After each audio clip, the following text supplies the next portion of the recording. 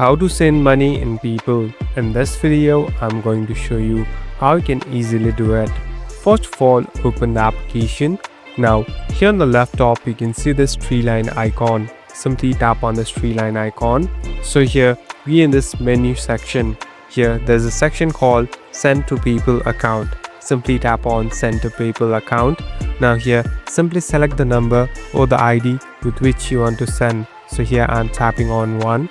Here, simply enter the amount. Here on the right hand side, you can calculate it through the currency, and here add a message too. At last, here on the right bottom, tap on this next button. So after you do this, a verification code will pop up and you'll be able to easily verify with the OTP and send the money to the people account. Thank you for watching this video. I hope this video will help you.